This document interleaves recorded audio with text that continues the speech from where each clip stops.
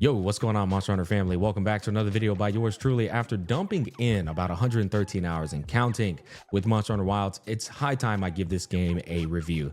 Now, just a little bit of backstory about me.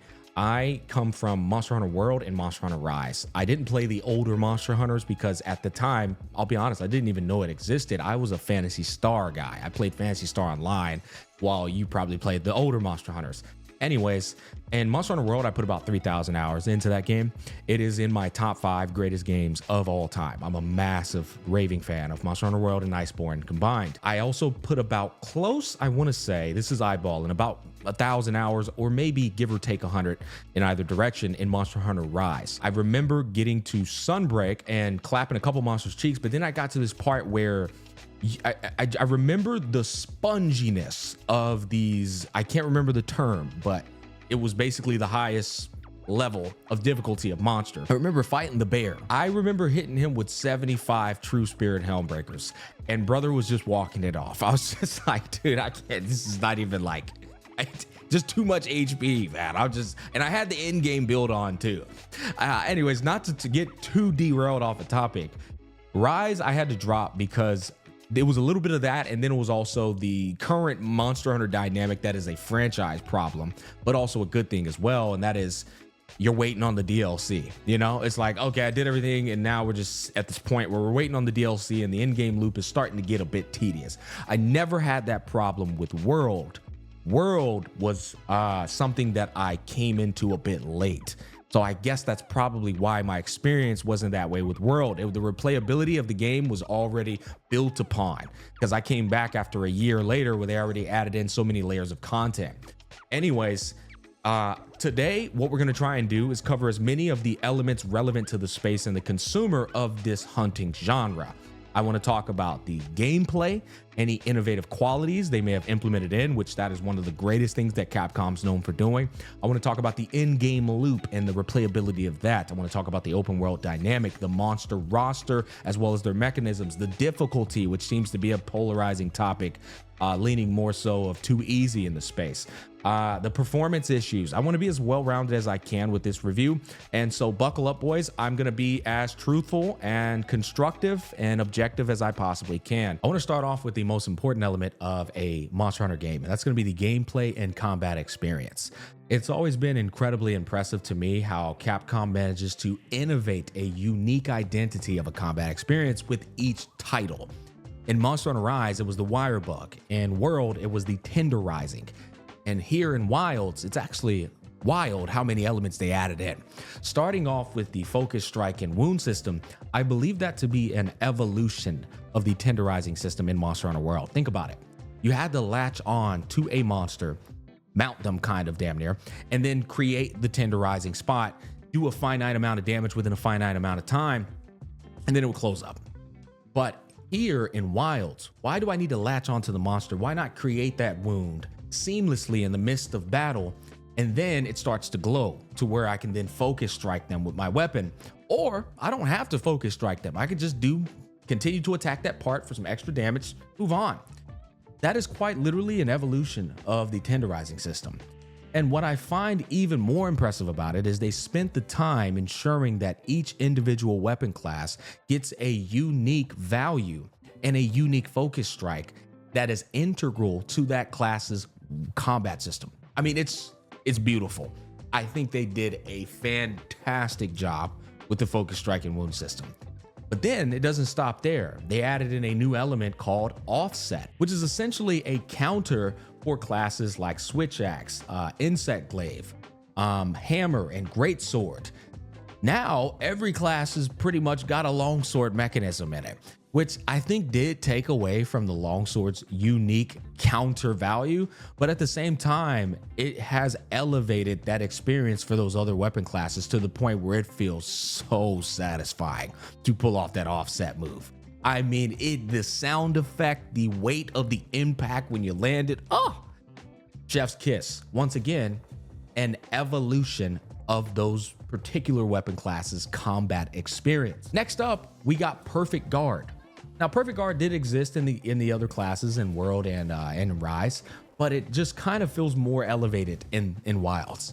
because you're perfect guarding and then you're going straight into a counter with all of the classes that are capable of it. Greatsword is capable of it too now, which is insane.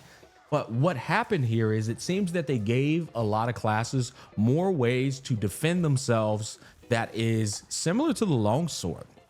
It comes back to the longsword for me because I feel like one of the things about the longsword that was so broken is that it was the only class that had all of these different tools to evade monster attacks, counter, and deal damage. Now, all classes have these tools, which leads me to one little minor critical observation.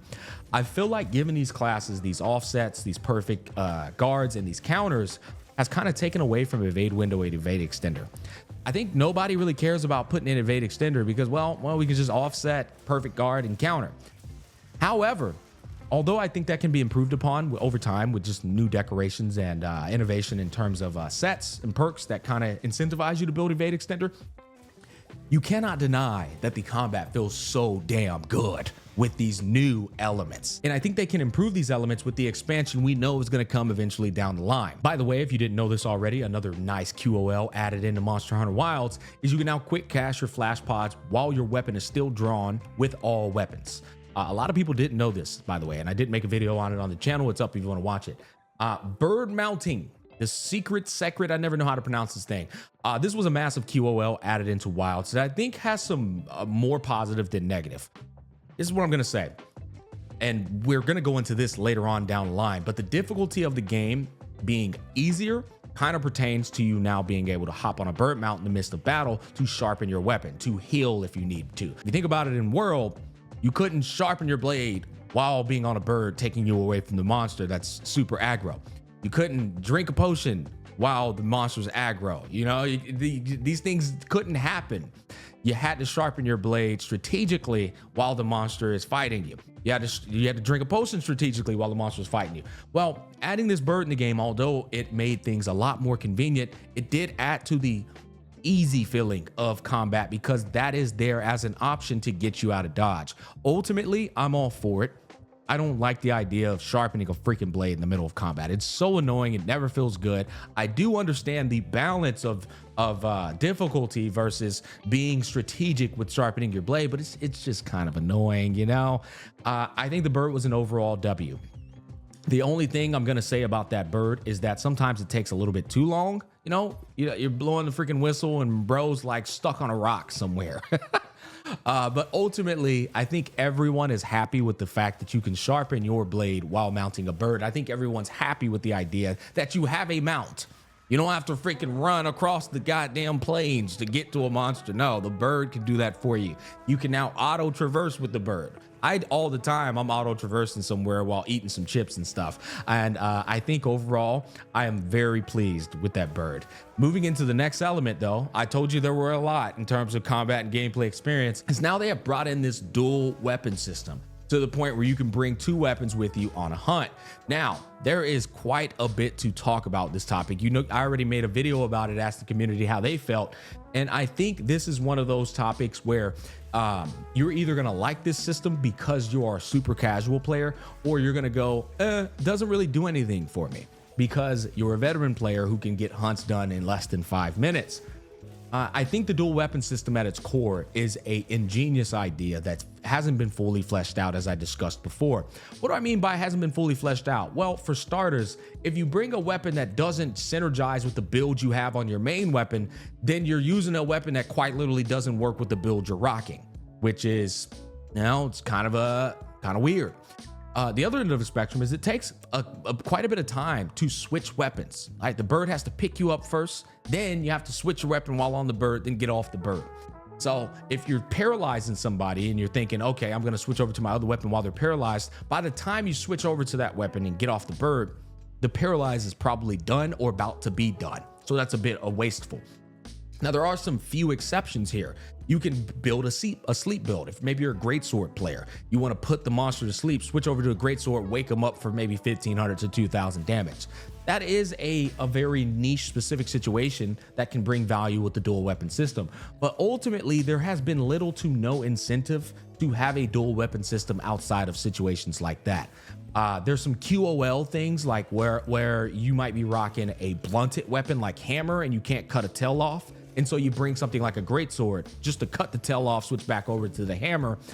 But on a sweaty level, or, you know, veteran player level that really knows what they're doing, you're not going to be doing any of that. You know, you're just going to butcher the monster in less than 5 minutes, and switching a weapon over is almost completely pointless. I spoke about this before, but you kind of want a reason to switch over to the weapon outside of these QOL conveniences, right? I've heard people say that, oh, I can use this weapon to hunt this monster, but then I brought this other weapon to hunt this other monster because it's a little bit more synergistic. Well, you can just go back to camp, right? You just go back to camp. Doesn't really matter, man. I'm sorry, but that's not really a value here. The problem that I saw, which I've already discussed, is the fact that there's not any monsters in the game like Elytrian that kind of force you to switch over to another weapon. And because of that, the secondary weapon system is definitely more of a QOL than it is an actual real value. And I hate the idea of having to get on a bird to switch my weapon. I would like to just switch my weapon in the middle of combat. And I've heard some people who say like, well, how are you going to switch the weapon? First of all, it's a video game. Not all video games need realistic elements to exist inside of them. What the fuck is the point of it being a video game? You get what I'm saying here?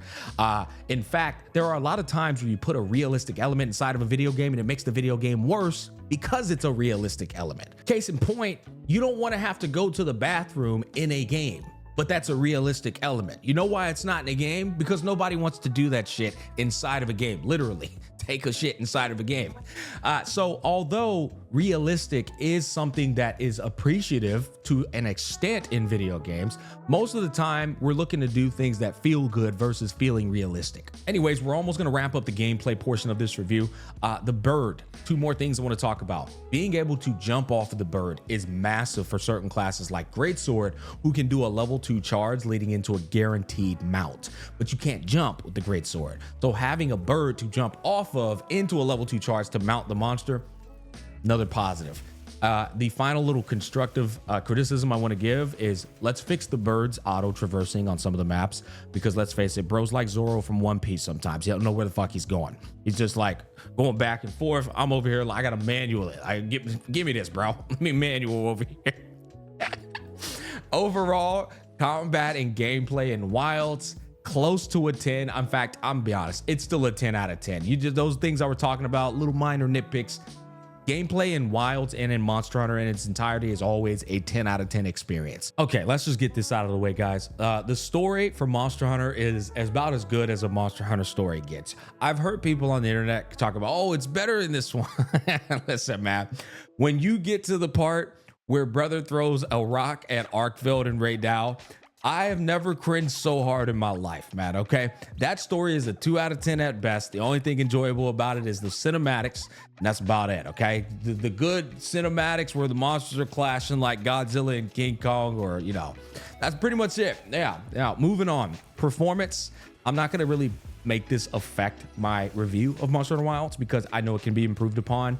But I also know the PC nerds are going to be incredibly mad if I don't mention at least bare minimum how bad and egregious the PC performance has been. It's been very, very fucking bad, I admit. I've had numerous crashes. I think it even damn near killed my GPU at one point. We'll see. I'm still hanging on by a thread here. It's been a nightmare. It's been a shit show, and it's worth mentioning. And I hope they remedy that situation pronto, ASAP Rocky.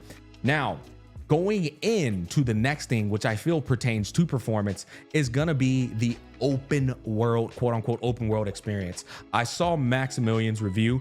He did a phenomenal job covering this element. He was basically mentioning how this open world experience isn't really an open world experience. It takes too long for you to go to another map. It's like you're going through these little trail areas, and by the time you get to the new map, you've been completely like taken out of the immersion of the real open world experience, to the point where it was wasted resources, right? You could have just kept it loading screen based to preserve the performance of the game overall and save us numerous amounts of crashes. I could not agree more with that thought process. But to take it a step further, one thing that wasn't mentioned is sometimes it's just not even an open world experience. If you've done the Duna fight, bro does a surf up the waterfall like Pokemon, right? You know, surf in Pokemon where you're literally able to go up the waterfalls. Duna does that. but he also does it downwards as well. And what's really annoying about this is, how are you going to call this an open world game where he goes down the waterfall and I can't follow him down on my mount? That's not very open world-esque. I can't jump down the waterfall with him. No, I have to go through your little path and jump off. It's just annoying. An open world game should allow you to pretty much explore the open world with no real barriers, but there are invisible barriers around, you know, which is kind of annoying.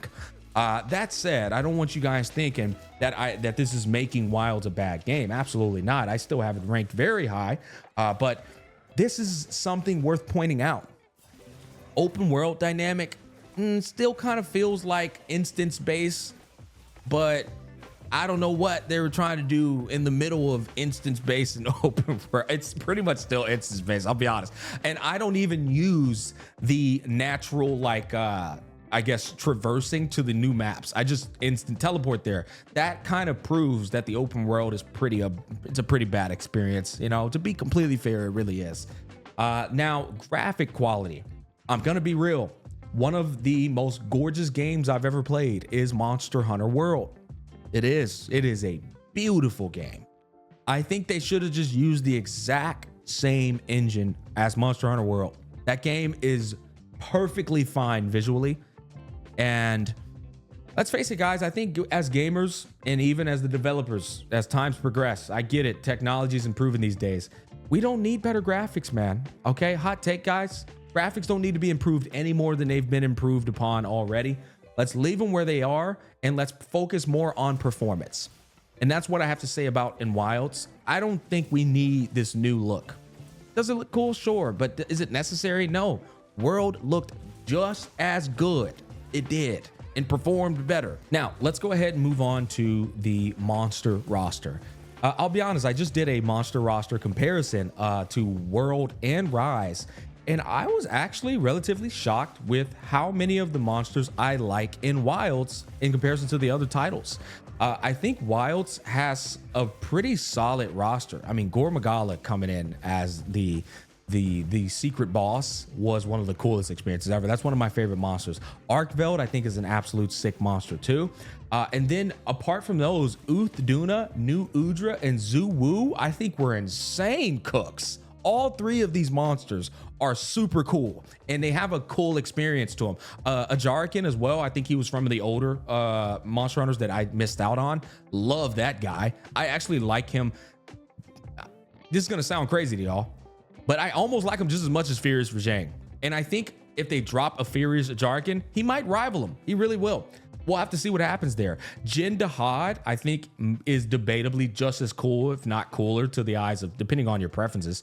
Xenojiva, cool fight. You can build a bow build to shoot straight through him, or you can do the dual blades Captain Levi perk all the way down his body.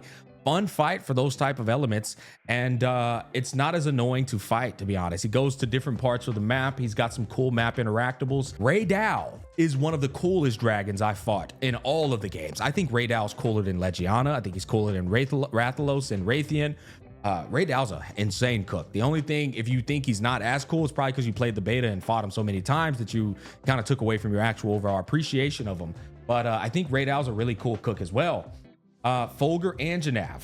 I love Anjanath. I think Anjanath has always been a very enjoyable fight for the franchise. The Doshiguma, don't really care for. And I think those are all the monsters that were quite impressionable to me. But what I noticed ultimately with all of these games is it's a handful of monsters that you really appreciate, and then the rest of them are kind of just like smaller, forgettable monsters. But if it's one thing about Monster Hunter that I can truly appreciate is, you know, that they're going to drop more and more as the times go by for completely free 99, and then they're going to drop that banger expansion with a whole new abundance of monsters for you to hunt. And so, as usual, 10 out of 10 experience for monster hunting for me. I don't know about you guys, but for me, I think the Monster Hunter experience has been great. Now we can lead into the next topic, which is going to be the difficulty, which I think has been a point of contingency with the community, from the veterans to the newcomers to, I don't know, people who just get sweaty in games in general. I am of the belief that the difficulty is completely fine. I am. Now, I know some of you elitists out there, and again, veteran hunters, are going to disagree with me there. Here's what I'm going to say, and I challenge you to truly be open-minded to this.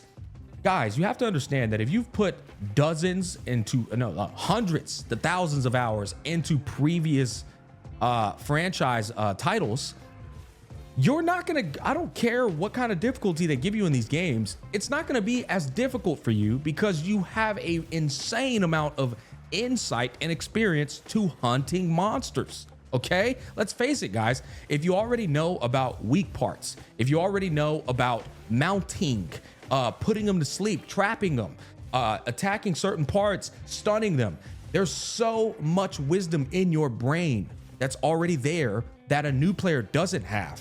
So of course you're gonna go into a new hunter and have a much easier time hunting these monsters. I'm gonna tell you right now, if I go back to Monster Hunter World and hunt the base monster roster, I am gonna completely mop the floor with them. In fact, if you go back to my channel's first videos, I already did a playthrough. I just didn't finish it, but I'm just mopping every single monster in the game. It's because I already know how to play Monster Hunter. And so I'm not gonna tell you that this game isn't easier than the other games. That is very much so a possibility, maybe. But what I am gonna say is your bias is showing because you have knowledge of the game already, the franchise already. But as a new player coming into this game, I assure you, they're just trying to learn how to open their, take their weapon out of the holster and put it back in. They're trying to learn what a wound even is. They're trying to learn how to do the combos, man. There's so much complexities, layers of depth to a Monster Hunter game for a new person getting into the franchise that I think the difficulty is completely fine. And once people get acclimated, guess what? With the updates, the DLCs, you know this game's gonna get more difficult. And you know for a fact they're gonna drop that one monster that's gonna cause you to pull your fucking hair out for the first 12 hours of fighting it. So let's be patient. Let's simmer down here. I get it, veteran players, it's easy for us, but it's going to get better. And you know what? It's been fun right now, and that's what matters. Now, I want to talk about the end game loop, because this, for me, is the most imperative replayable factor that retains a player from leaving the franchise and possibly never coming back. We're going to go into the build system, the deco farming, the Ardian weapons, all of the factors that keep you coming back and motivating you to log in after you've beaten the game. I think Monster Hunter does this better than 99.9% of games once Monster Hunter is gotten its DLCs out there. But I think Monster Hunter probably does it the worst on launch out of a lot of games out there. And hear me out. Hear me out. The reason I say they do it the worst is because they will launch a new title with a structure that has already been built and improved upon with their predecessor titles, right? I'll give you an example. Right now in Monster Hunter Wilds, we have a very finite amount of decos to farm for. We've probably already achieved all the decos in the game. Right now in Wilds, the Ardian weapons are kind of like the real goal here to grind for, and there's limited investigations for you to farm for to get these resources. These investigations actually boil down to one chained dragon, because he's the only monster in the game with an 8-star difficulty that's going to give you the most efficient means of acquiring the resources to build your gear. My problem with this is I was getting ready to provide a solution to them and make a video and be like, hey guys, we only have this one 8-star investigation. Arkfeld's a pinata, right? We're farming him because he's the only one given the best rewards. I was gonna be like, why don't we get the 8-star Gore Magala, the 8-star Jindahad, the 8-star Uth Dunas? You already have them in the game, right? So it's just a matter of raising them up a star and giving the same resources to spread out the versatility of what we're farming, right? I'm tired of beating up Arkfeld. But then I thought to myself, wait, there's no way the devs don't already know this, because this what I'm presenting to them already exists in Monster Hunter Rise. It already exists in Monster Hunter World. They launched this game intentionally with one singular 8-star Arkfeld just to improve upon it as time goes by with more 8-stars. It's like we intentionally took a step backwards. For what? And they did it with Monster Hunter Rise too. Why are we intentionally taking a step backwards with replayability factors that have proven to be successful in predecessor titles? People are still playing Monster Hunter World today, 7 years later, because of the replayability success that you've already put into that game, the numerous amount of investigations, the weekly raid bosses, Safi Jiva and Kolv Tereth, the exclusive events and the arena battles, all the things and the elements that made that game replayable for years on end. Why aren't they already in this game on launch? And to the person getting ready to defend this, you have to understand, oh, it's coming. Why is it coming when it already exists in previous titles? You know, it should already be here on launch. This game is an amalgamation of what has already proven to be successful, or it should be, from the previous titles, with the new intricacies and innovative qualities of the combat and gameplay experience.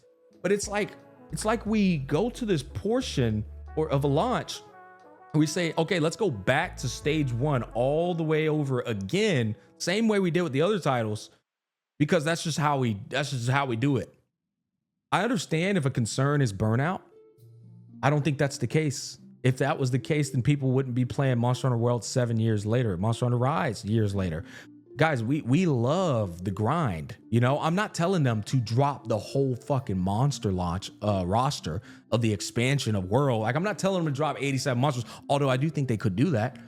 I'm just saying the replayable factors of what makes Monster Hunter pop after you beat the game, they should already be in the game on launch, and they're not.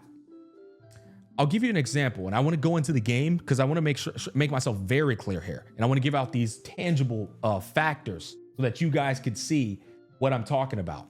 Right now, in Monster Hunter Wilds, the newest installment of the Monster Hunter franchise, we have one 8-star hunt to grind the most efficient means of these in-game resources. When we could have 8-star Gore Magala, right? We could have 8-star Jindahad. We could have 8-star Uthduna and Ajarakan together. 8-star Raydao and Zuwu together, so that you have a more versatile means of farming the in-game resources instead of beating the pinata known as Arkville. But we don't. And why don't we have that? Well, just normalized to be a launch thing. And it's just like, oh, well, we're going to get it. We all know we're going to get it, right? Monster Hunter's known as the real end game is the DLC, right? But why didn't we just get it on launch, you know? And I understand criticism can be difficult to be heard upon the fandom's ears, but I'm only saying this in good faith of the franchise.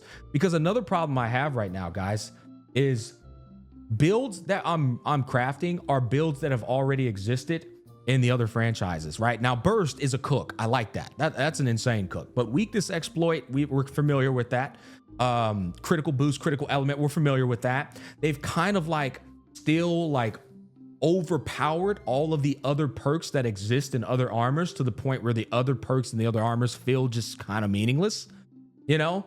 Adrenaline Rush I'd like to play, but the thing is, Agitator and Burst are just so much better, right? I'd like to play some of these other perks, but they're just not that good. The strongest mantle in the game is the Corrupt Mantle, which is complete counterintuitive to peak performance. But there should just also be new perks that motivate people to try builds, that motivate people to sit at this screen even longer than they already do, because there's just that much more versatility. We love versatility and building in these games. It's part of the charm.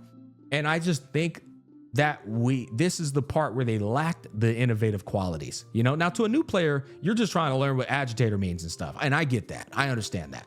But for the people who have been, faithful to the franchise, I think this is a missed opportunity. I think we could launch Monster Hunters with many more build options. I think we can launch Monster Hunter with many more on-set perks, right? That allow people to really get crafty, and everybody doesn't go, this is the one build that works the best.